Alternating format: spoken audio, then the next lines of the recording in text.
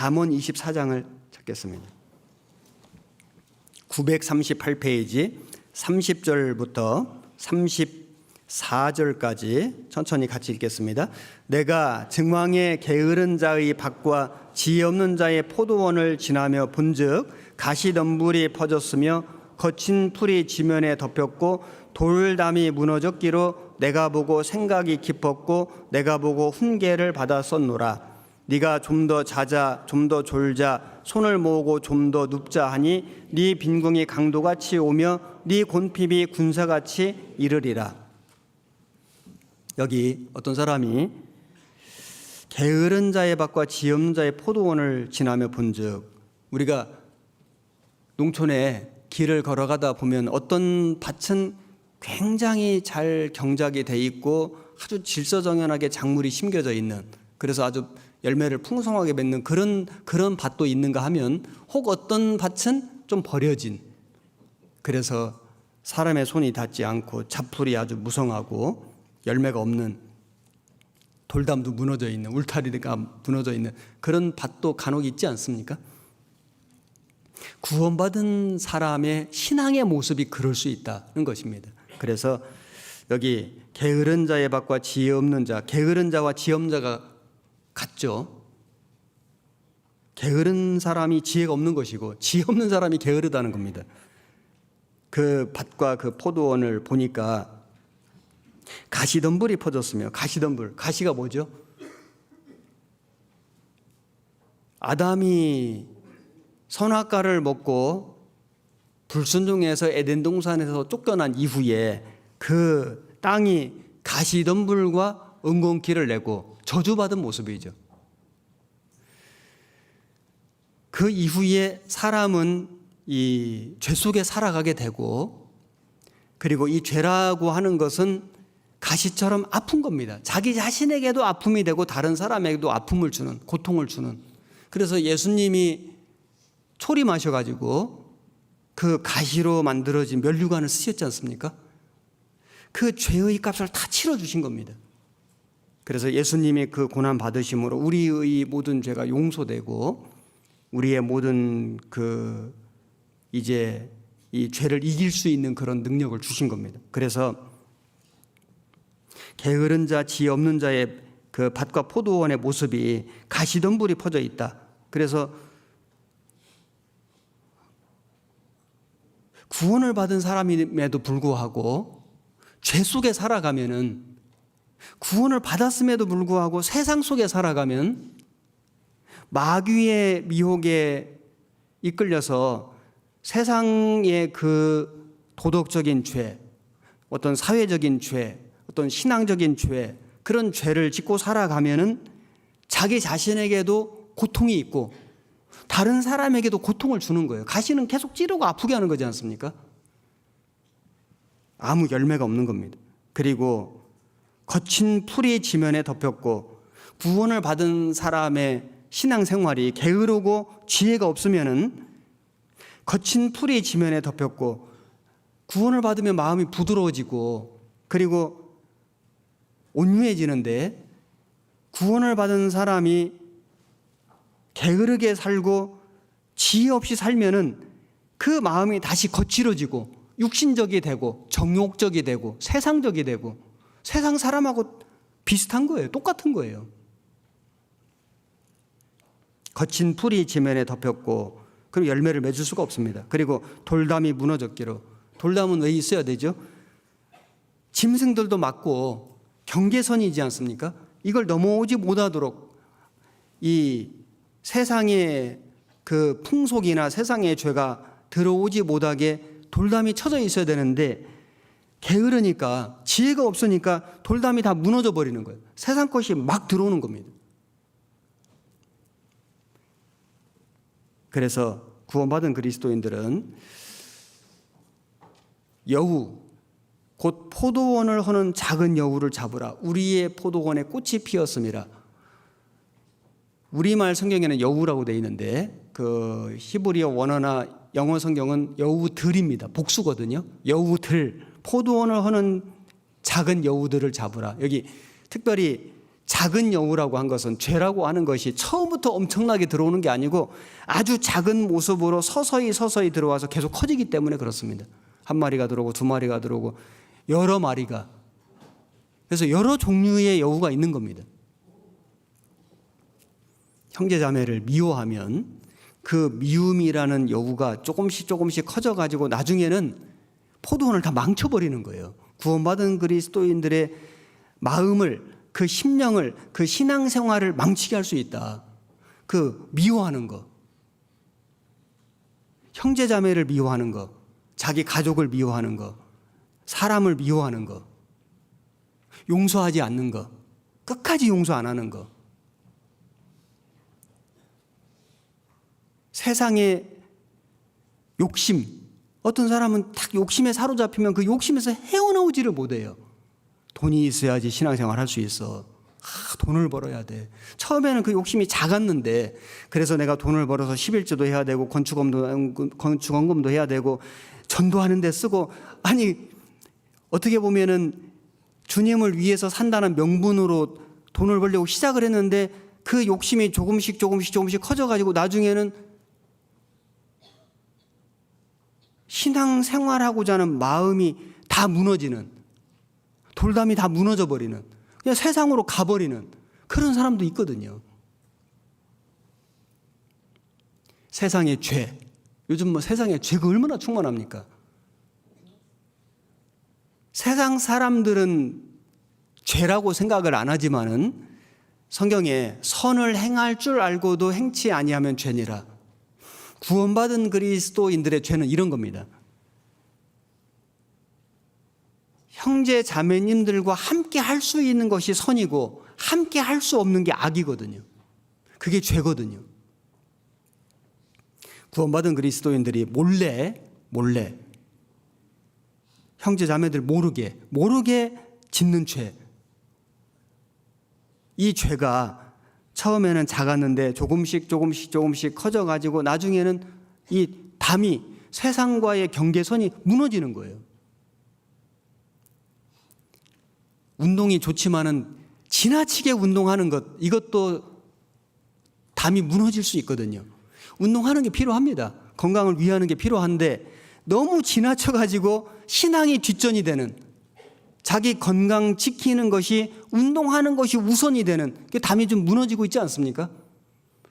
취미 생활도 필요 없는 건 아닌데 지나쳐가지고 신앙생활이 뒷전이 되는, 그래서 취미 생활이, 그 오락이 우선이 되는, 이게 담이 무너지고 있는 거 아니겠습니까? 세상 친구들을 아예 안 만날 수는 없는데 전도한다는 명분으로 세상 친구들을 사귀다 나중에는 세상 친구가 우선이 되는, 신앙이 뒷전이 되는, 이게 지금 담이 무너지고 있는 거 아닙니까? 요즘에 세상에 죄가 너무나 많기 때문에 세상 사람들은 그걸 죄라고 말 안 합니다. 그런데 구원받은 그리스도인의 양심에는 죄가 되는 것들이 있거든요. 자기가 잘하는 줄로 생각하고 좀 자긍심을 갖는 건 필요한데 이게 조금 지나쳐가지고 자만심이 되고, 그게 좀 더 지나쳐서 거만하게 되고 교만하게 되면은, 교만은 패망의 선봉이요 넘어짐의 앞잡이니라. 자기를 조금씩 드러내고 자기를 조금씩 자랑하고 하더니 나중에는 교만해서 형제자매를 판단하고 비방하고, 하나님의 말씀에 쓰임을 받아야 되는, 하나님의 말씀을 쓰는 사람이 있거든요. 말씀을 가지고 막 쓰는 겁니다. 형제자매를 판단하고 비방하고. 게으른 거, 여기 지금 이 게으른 자의 밭과 지혜 없는 자의 포도원, 게으른 것은 지혜가 없는 거다. 게으른 사람의 돌담은 무너지게 돼 있다. 게으른 것. 그래서 육신적으로 여기 좀 더 자자, 좀 더 졸자, 손을 모으고 좀 더 눕자, 자꾸 편하게만 살려고 하는 거, 육신적으로 좀 누리면서 즐겁게, 그리고 내 하고 싶은 것을 다 하면서 부지런하지 않게 신앙에 열심을 내지 않고 살아가는 그것이 결국에는 돌담이 무너지는 것이 될 수 있습니다. 게으르면은 좀 더 자자, 좀 더 졸자, 손을 모으고 좀 더 눕자 하니 빈궁이 강도같이 오며, 강도같이 온다는 것은 강도는 와가지고 빼앗아 가는 거지 않습니까? 좋은 걸 다 뺏어 가는 거예요.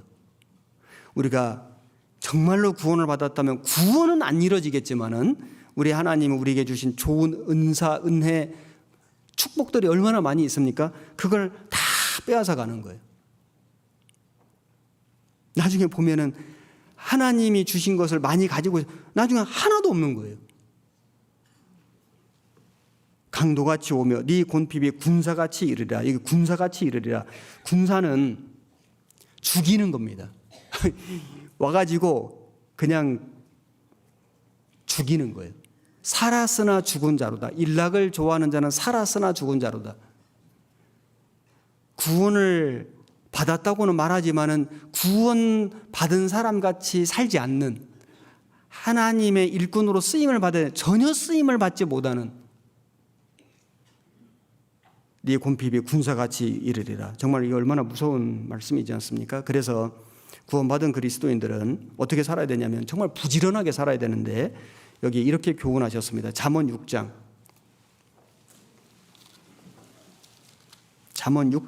6절에 제가 읽겠습니다. 게으른 자여, 개미에게로 가서 그 하는 것을 보고 지혜를 얻어라. 개미는 두령도 없고 간역자도 없고 주권자도 없으되 먹을 것을 여름 동안에 예비하며 추수 때에 양식을 모으느니라. 게으른 자여, 네가 어느 때까지 눕겠느냐? 네가 어느 때에 잠이 깨어 일어나겠느냐? 좀 더 자자, 좀 더 졸자, 손을 모으고 좀 더 눕자 하면 네 빈궁이 강도같이 오며 네 곤핍이 군사같이 이르리라. 여기 이 게으른 자에게 주시는 교훈이 개미입니다. 개미에게로 가서 지혜를 얻어라. 자, 개미는요 특징이 있는데 미리미리 준비합니다. 개미는 여름에 겨울 양식을 준비해요. 참 부지런한 그리스도인들은 미리미리 준비합니다. 내세도 준비하고 상급도 준비하고, 그리고 교회 안에서도 자기 맡은 일을 미리미리 준비하고, 정말 충실하게. 개미는 부지런하지 않습니까? 부지런하게 해야만 준비가 되는 겁니다. 게으르게 해서는 준비가 안 됩니다. 가정에서도 미리미리 준비하고 직장에서도 미리미리 준비하고 부지런해야 할 수 있는 거거든요. 준비를 잘하는 삶. 그리고 개미는 우리가 볼 때는 막 정신없이 다니는 것 같지만 굉장히 질서 정연하거든요. 자기 맡은 역할이 있습니다. 뭐 일개미도 있고 병정개미도 있고 그 다음에 여왕개미도 있고. 그래서 주님의 교회 안에는 하나님의 말씀의 질서와 하나님이 맡겨주신 역할이 있지 않습니까? 그 질서와 역할에 따라서 움직이는, 순종하는 이 개미에게서 받는 교훈입니다. 그리고 부지런하죠. 개미, 가만히 있는 개미는 없습니다. 개미 허리라고 해가지고 개미 허리가 정말 가늘거든요. 그런데 그 가는 허리를 가지고 개미가 자기 몸무게의 50배가 되는 물체를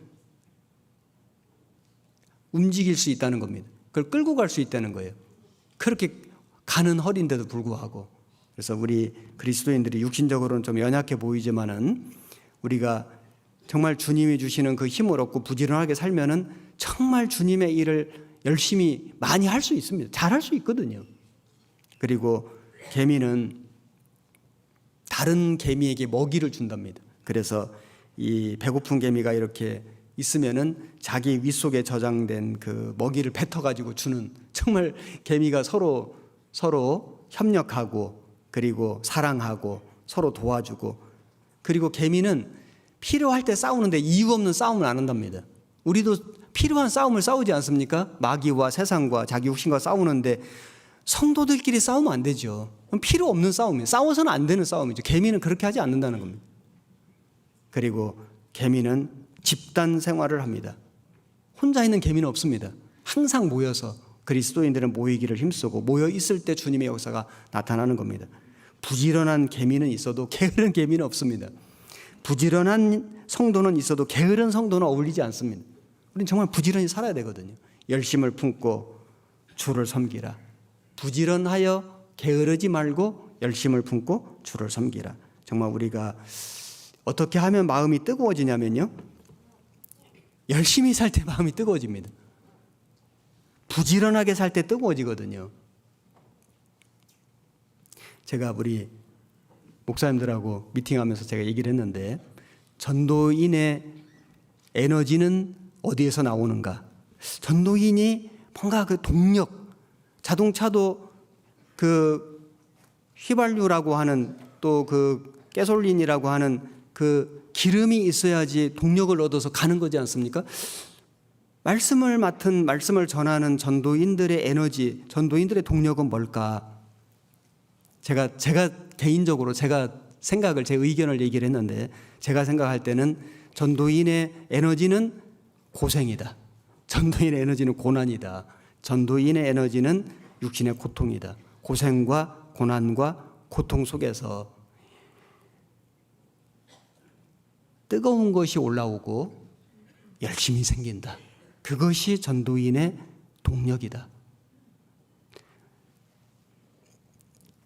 뿐만 아니라 모든 구원받은 성도들도 같지 않겠습니까? 그래서 우리 구원받은 형제 자매님들이 모여 있는 이 교회가 주님의 포도원이고, 그리고 구원받은 그리스도인의 가정이 포도원이고, 그리고 구원받은 그리스도인들 각 사람이 다 포도원이고, 구원받은 그리스도인들의 심령과 마음도 포도원입니다. 여기에 열매가 맺혀야 되거든요. 좋은 열매, 좋은 포도가 맺혀야 됩니다. 우리의 마음, 우리 심령에도.